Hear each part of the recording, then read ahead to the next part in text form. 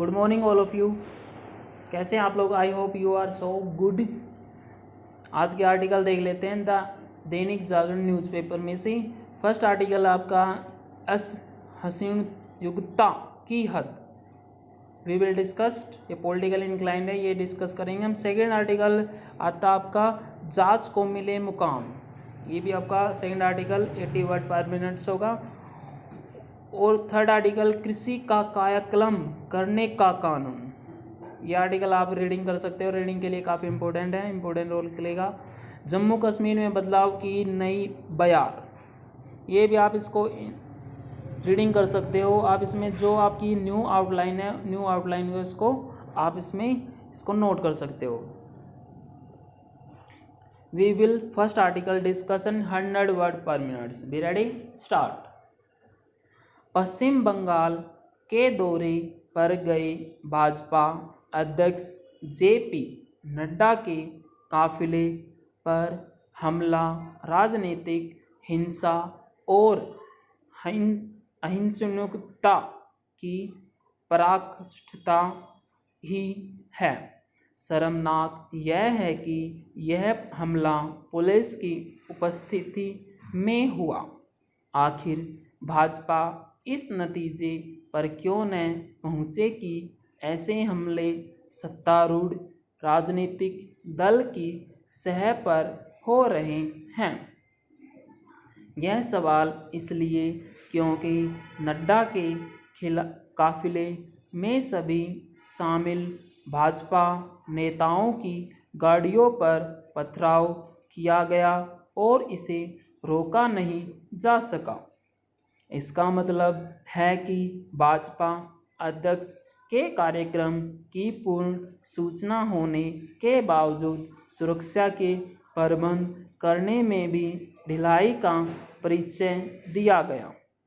यह तो गनीमत रही कि जेपी नड्डा बुलेट प्रूफ वाहन से यात्रा कर रहे थे, अन्यथा उनके लिए वैसा ही जोखिम पैदा हो जाता जैसा भाजपा के अन्य नेताओं के लिए हुआ।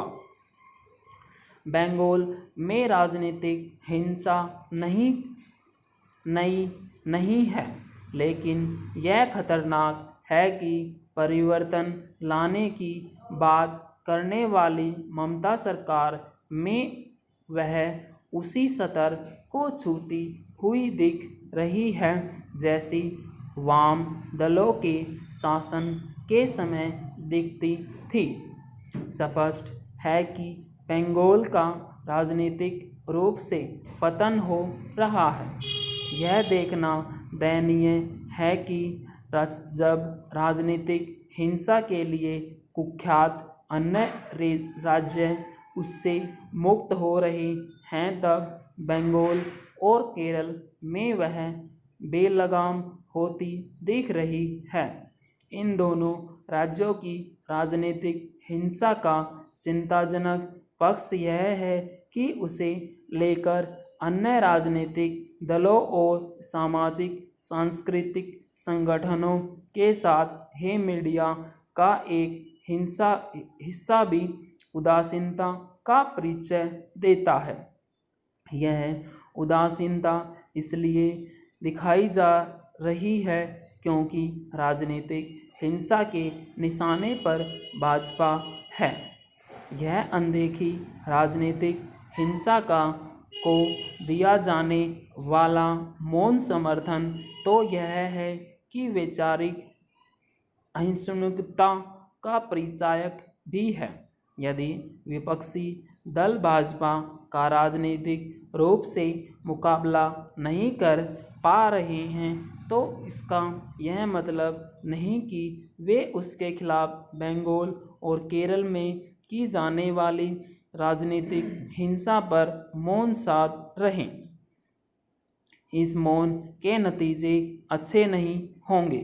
किसी भी दल के प्रति दिखाई जाने वाली राजनीतिक हिंसा बिना किसी किंतु परंतु अस्वीकार्य होनी चाहिए। यह देखना दुखद है कि भाजपा जिस राजनीतिक हिंसा से दो चार हैं उसकी अन्य राजनीतिक दल निंदा करना तो दूर रहा, उसका संज्ञान भी नहीं लेते। समस्या केवल यही नहीं है कि विपक्षी दल केरल और बंगाल की राजनीतिक हिंसा पर चुप्पी साधे रहते हैं, बल्कि यह भी है कि वे केंद्र में सत्तारूढ़ भाजपा के शासन करने के अधिकार को भी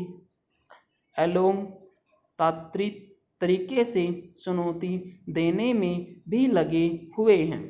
नए कृषि कानूनों की वापसी पर अड़े विपक्षी दल जैसा रवैया प्रदर्शित कर रहे हैं, उससे यही प्रतीत होता है कि उन्हें अपने राजनीतिक स्वार्थों की अधिक परवाह है। पूर्ण विराम।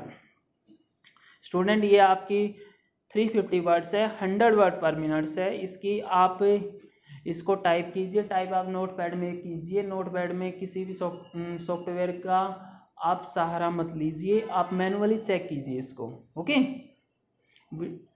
डिक्टेशन आपको पसंद आते डिक्टेशन का आपको फीडबैक दीजिए, कमेंट बॉक्स में कमेंट कीजिए कि हम इसमें क्या क्या इसमें आपकी मिस्टेक आई है, किस किस वर्ड में मिस्टेक आई है। देन उसके बाद हम ये उस आर्टिकल को और भी डिस्कस करेंगे, उस वर्ड्स को और भी अच्छे से डिस्कस करेंगे। Okay, thank you very much, have a good day, thanks for watching us.